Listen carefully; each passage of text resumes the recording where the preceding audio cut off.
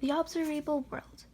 According to the Big Bang Theory, the universe came into being one single moment, a cosmic catalysm that gave birth to black holes, brown dwarfs, matter and dark matter, energy and even dark energy.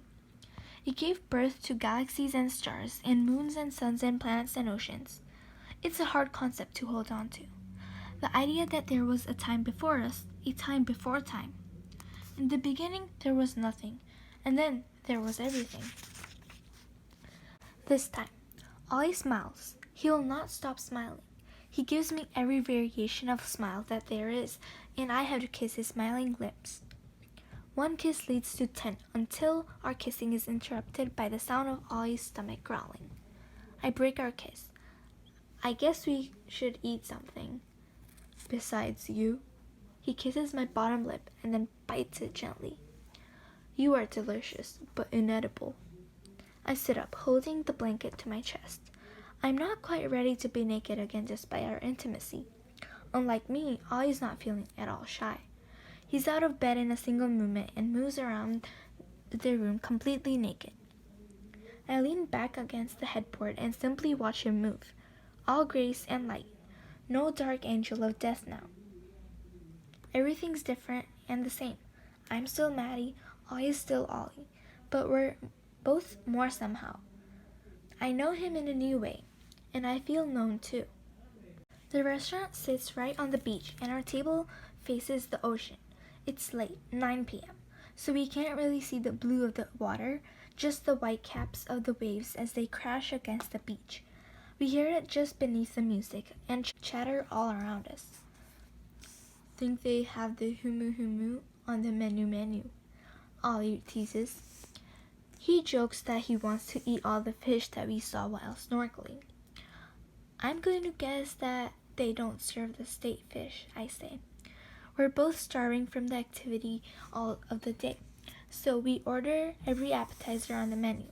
Poke, crab cakes, coconut shrimp, lobster pot stickers, and Kahlua pork.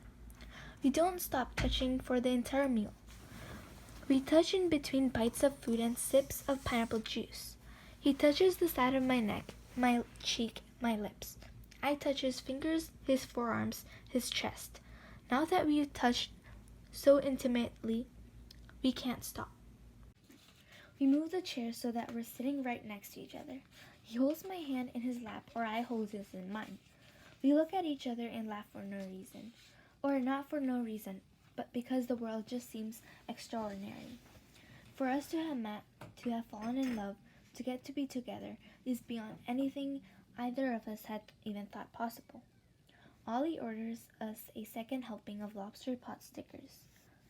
You make me very hungry, he croons, eyebrows waggling.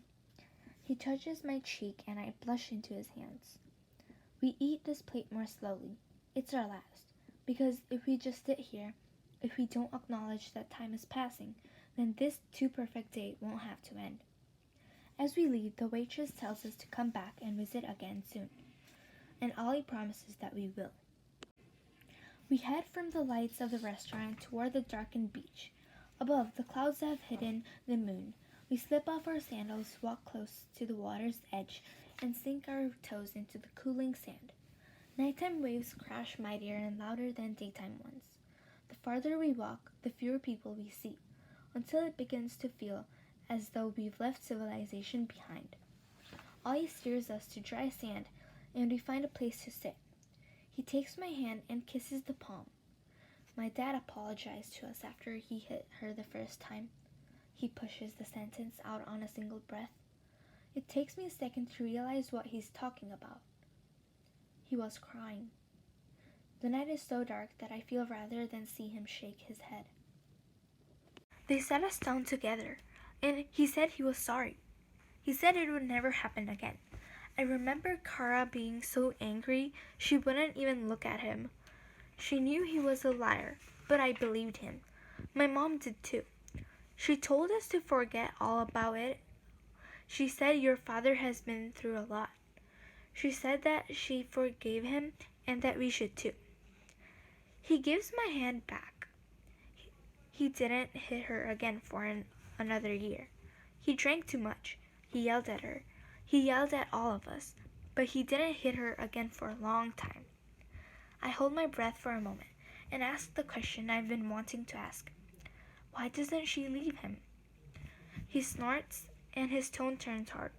Don't think I haven't asked her. He lies back in the sand, links his hands behind his head. I think that if he hit her more often, she would leave him.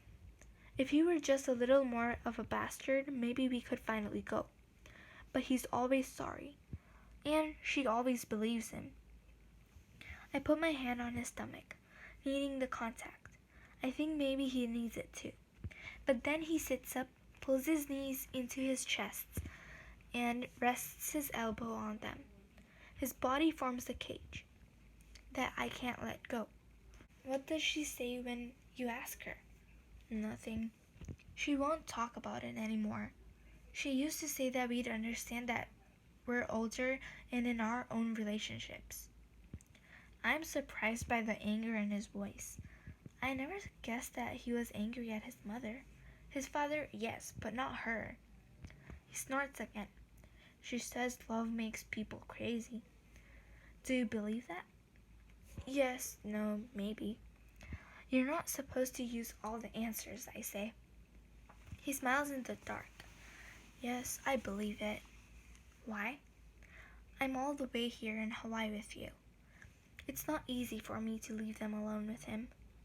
I tamp down my guilt before it can rise. Do you believe it? He asks. Yes, definitely. Why? I'm all the way here in Hawaii with you, I say, repeating his words. I never would have left my house if it weren't for you. So, he says. He lowers his legs and takes my hand.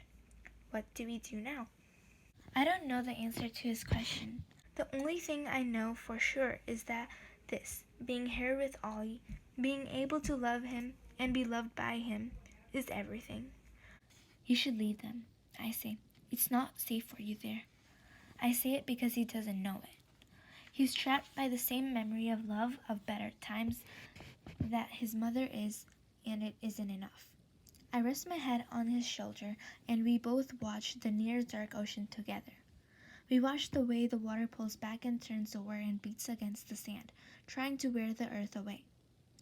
And even though it doesn't succeed, it pulls back and pounds the shore again and again, as if there was no last time, and there is no next time, and this is the time that counts.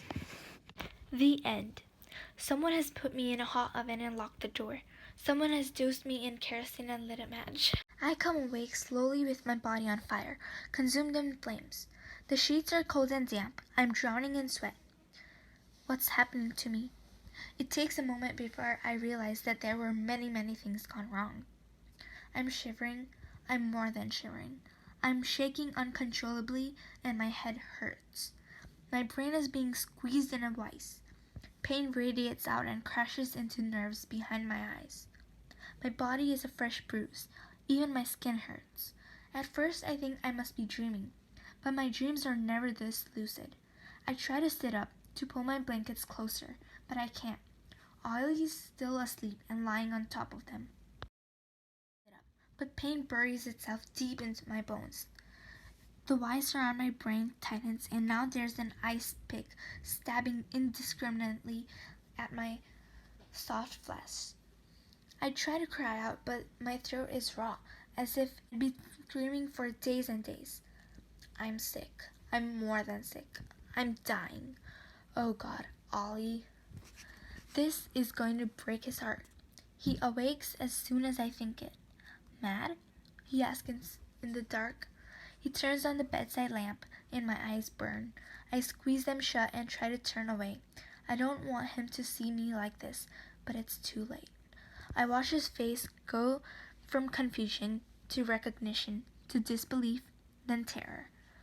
I'm sorry, I say, or try to say, but I don't think the words make it past my lips. He touches my face, my neck, my forehead. Jesus, he says over and over again. Jesus. He pulls the blanket off and I'm colder than I've ever thought possible. Jesus, Maddie, you're burning up. Cold, I croak, and he looks even more terrified. He covers me and cradles my head, kisses my wet brow lips. You're fine, he says. You're going to be fine. I'm not, but it's nice of him to say so. My body pulses with pain and my throat feels like it's swelling shut. I can't get enough air. I need an ambulance, I hear him say. I roll my head around. When did he get to that side of the room? Where are we? He's on the phone. He's talking about someone. Someone sick. Someone is sick. Dying. Emergency. Pills not working. He's talking about me. He's crying. Don't cry. Kara will be fine. Your mom will be fine. You will be fine. The bed sinks. I'm in quicksand. Someone's trying to pull me out. My hands are hot. Why are they so hot? Someone glows in his other hand. It's his cell phone. He's saying something, but the words won't come clear. Something, Mom, your mom. Yes, Mom, I need my mom. She's already on her way. I hope she's close. I close my eyes and squeeze his fingers. I'm out of time. My heart stops and starts again. Released Part 1. Resurrected.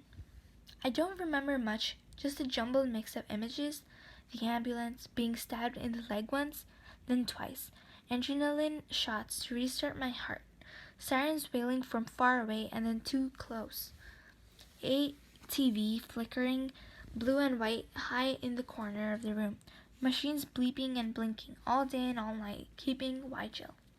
Women and men in white uniforms, stethoscopes and needles and antiseptics. Then the smell of jet fuel, that smell that welcomed me before, and lace and scratchy blanket wrapped twice around me. And why does the window seat matter when the shades are drawn close? I remember my mother's face and how her tears could make a seat. I remember Ollie's blue eyes gone black. I closed mine against the sorrow and relief and love I saw there. I'm on my way home. I've remained trapped there forever. I'm alive and don't want to be.